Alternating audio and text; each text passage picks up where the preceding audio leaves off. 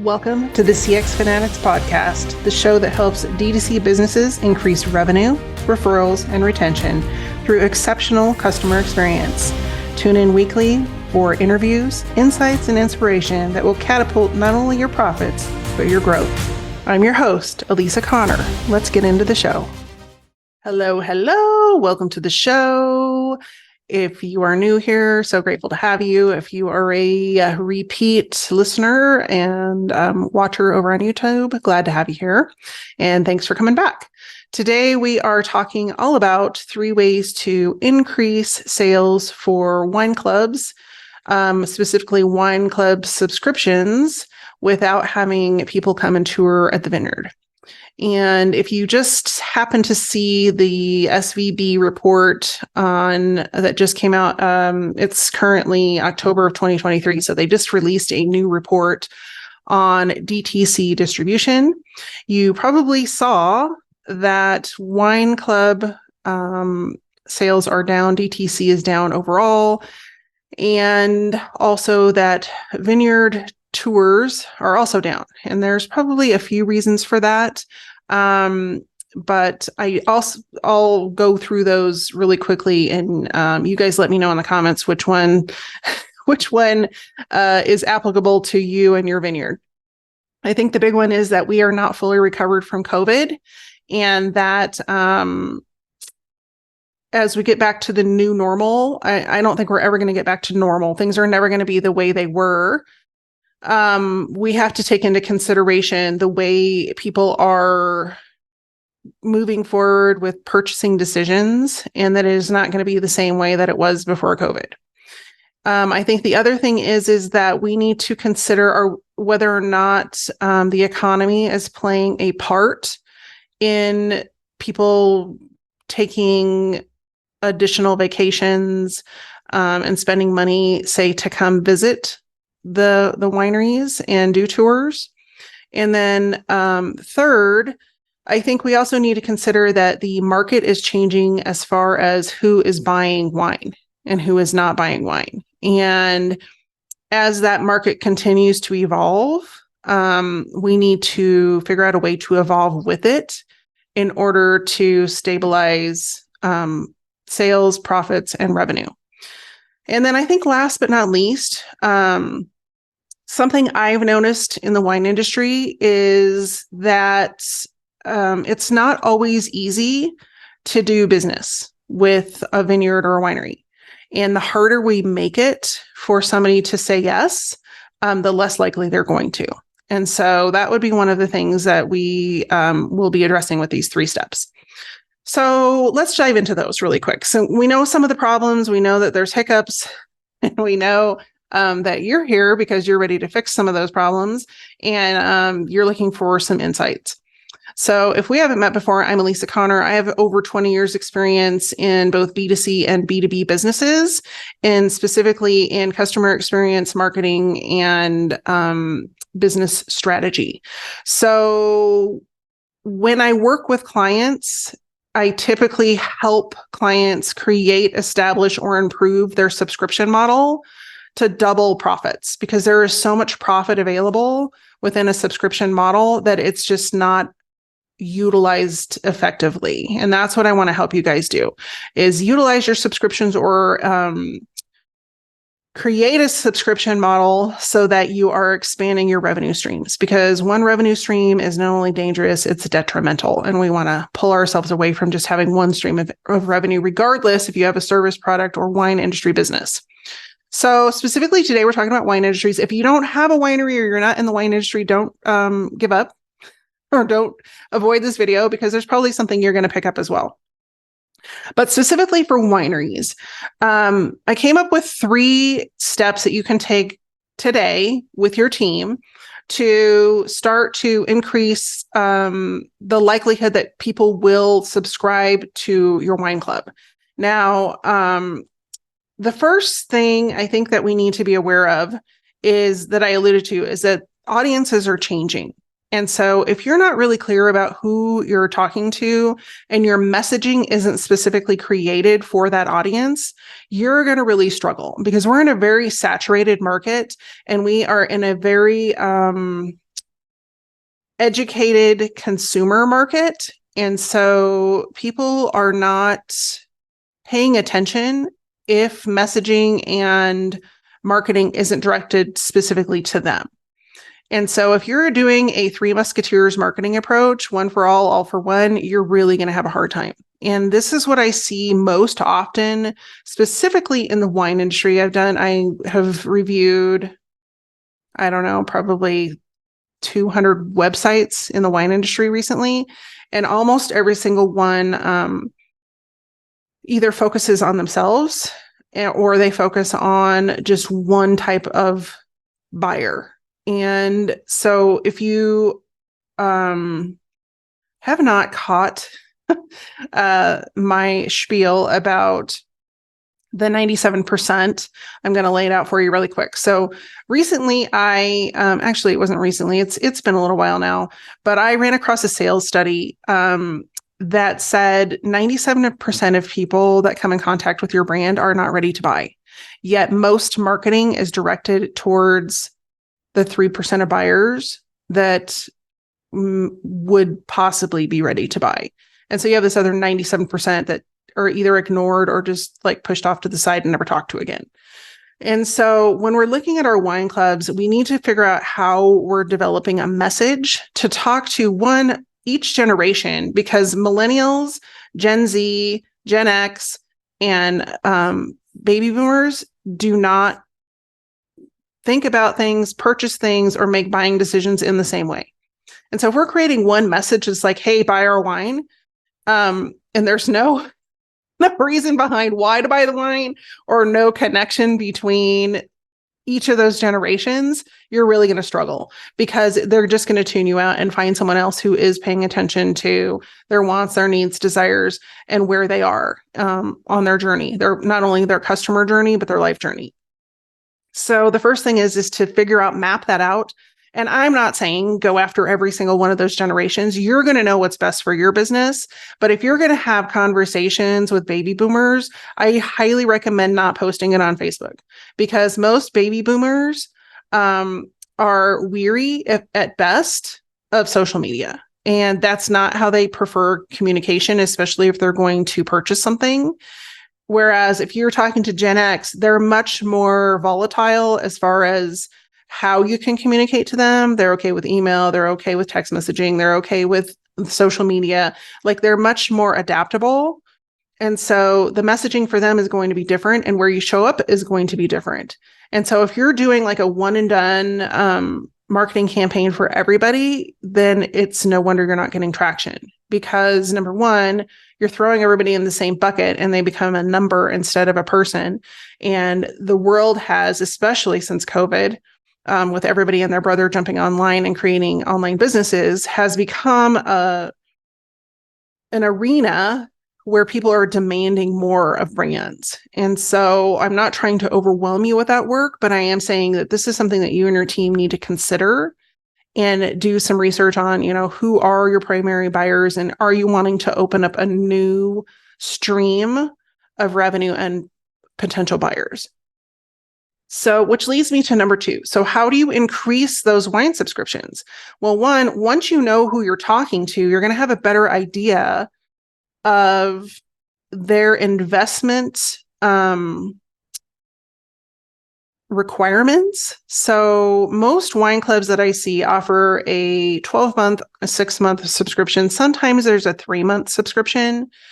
And so if you were offering that to, say, a millennial or even a Gen X, now I'm Gen X, I've got 3 kids in college. So if you're offering me a 6-month subscription or a 12-month subscription that I need to pay for in advance, chances are with 3 kids in college, if I'm not going to be as apt to enroll in that versus something monthly or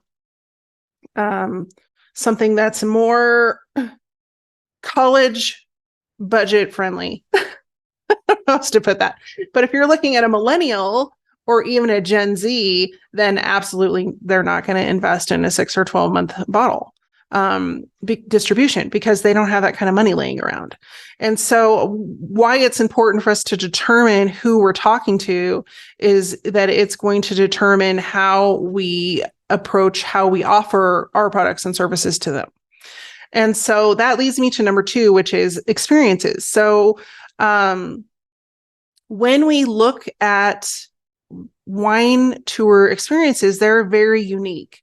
There's an opportunity to showcase not only the land, but showcase the people that work at the winery, showcase the differentiation of your reserve compared to competitors. There's all kinds of opportunity to have conversations and learn about the people that are there. But if people cannot come to the winery for one reason or another, economics, health concerns, whatever it might be, there's a million different reasons why people are not coming to do tours. And if we're trying to offer a similar experience to them, what would that look like? How are you going to create that for your vineyard so that it is not only all of the experience that they would have if they were there, but then some? How are you going to provide that experience so that they are engaged and so that it is not only memorable to them and they're like, oh, this was a really great experience, but it was so exceptional that they're going to share it with other people. So an example is during COVID, I was invited by a friend to do a virtual cooking class. And it was the chef was actually in Italy. And so there were, 8 of us on this call. And so what they did, I just thought this was brilliant, but you enrolled in the class and I don't know, it was like $50 or $75 or something. And then you got the Zoom link. And then after you enrolled, you got an email that said, okay, go purchase these ingredients. And here's the things you're going to need in your kitchen.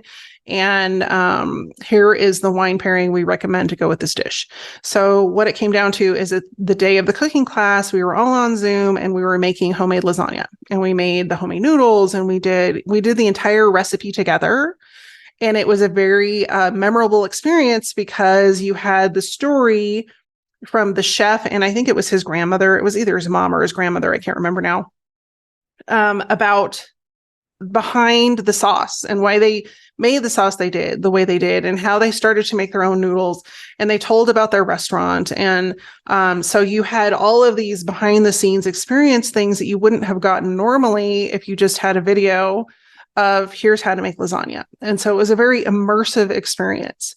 And so what I would say to you as a winery and a vineyard operator, owner, wine club manager, whatever your position is that how are you going to create that same experience of somebody coming to the winery in a virtual way that makes it memorable and makes it exceptional, so that they're not only coming and they're enjoying it and they're asking questions and they're falling in love with you and your brand and your wine, but also that they tell other people about it, because that takes them from being a customer or a potential customer into an advocate.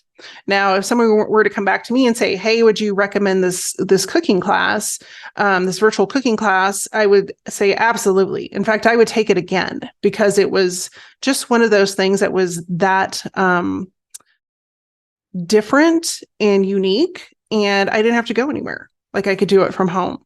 And so how you make that work in your favor, I'm not going to try and iron out all the details for you on a podcast, but you can sit there and brainstorm, okay, so what are the things that we offer as an experience when people come to the winery, and what can we provide virtually and in a way that will get people talking and sharing and providing feedback, whether that's, video or social media or on the live tour or whatever that might look like.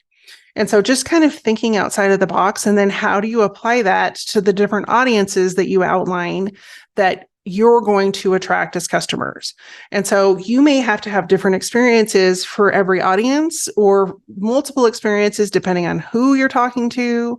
And then mapping that out with your team so that when people come through the door, through a specific set of messaging, okay, this is what we're going to offer them, because it's going to appeal more to who they are and their lifestyle and that sort of stuff. Now, the other thing is that as we talk about this, you're going to have to test. Like, you're going to have to test everything I'm telling you, because there's no way to know whether or not something is going to work if you aren't putting it out there and taking action and actually getting feedback from the audience. So I'm sure, like with this cooking class, they did an iteration where they had a small group and they did 5 or 10 people, and then it grew from there. And because at the time that we did it, which was 2020, perfect timing because you couldn't go anywhere, they had ironed out the wrinkles. And yeah, there were a few things with tech and things like that, but I think people understood. But at this point in the game, like if you're going to offer an experience, it's like, figure out how you're going to do focus group, test, iron out the wrinkles, figure out like some different ways that you can stand out from competitors and how you're going to provide a really unique experience so that you're attracting different people, and get really, really specific about who those people are. And then the last but not least, third step is to personalize everything after that. So the one thing I would say about this experience with the chef and doing the live cooking class is that there wasn't much follow-up. Like, for me to go back and try to do that class again or to find them, I would have to go digging through my email, because I never got another email from them. I never got more information. And I am somebody that would be really willing to not only enroll in another class if they had one that was like homemade, I don't know, spaghetti or something else where you're making the noodles, but also I would be willing to share that with other people. And they didn't give me the opportunity to do that, because now I have to take the work to go find out the name of the company. They haven't done any follow-up, and the follow-up doesn't necessarily have to be here, buy this, because that's what most people do. And that has been the industry norm as far as marketing, to just sell if somebody has an experience. But if we go back to that 97%, and this is their first experience with you, you may have to do a little bit more work to earn their business. And so I want to encourage you to think about how you're going to continue the conversation with people that go through this, say, virtual experience with your vineyard or winery, and not only nurture that relationship a little bit more, but also build their trust so that they will become customers, but also be so overjoyed with what you do and who you are that they're telling other people about it. Say, oh, you can start here. You can have a virtual tour, and this is what happens, and we get this box, and it's so cool, and it has this, and this in it. And then we got to try the wine, and they told us all about it, and blah, blah, blah, whatever it might be for your location. So those are the 3 steps. Number 1, figure out who you're talking to and create separate messaging for each audience that you're going to talk to. If it's only one audience, great. You got your work cut in half. You have more than one audience, a little bit more work, but it's going to be worth it in the end. One quick thing about messaging is that once you create it and you kind of have those pieces in play, the work is done. Like, you can always go in and tweak it and make adjustments as you learn more about those audiences, but the work up front is what takes the time. Number 2 is figuring out how you're going to create a personalized, memorable, and exceptional experience that is virtual or in some other way meets the needs of people that can't come to the winery.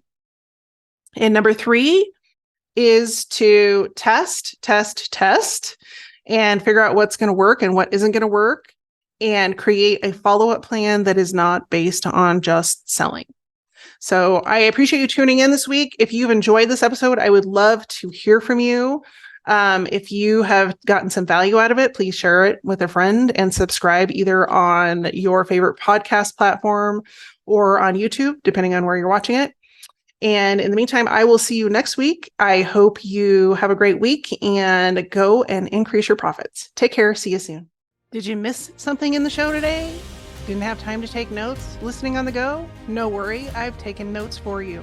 You can head on over to dtcgrowthclub.com/podcast, and there will be links and a description to today's episode. In the meantime, Take care, stay well, and I'll see you soon.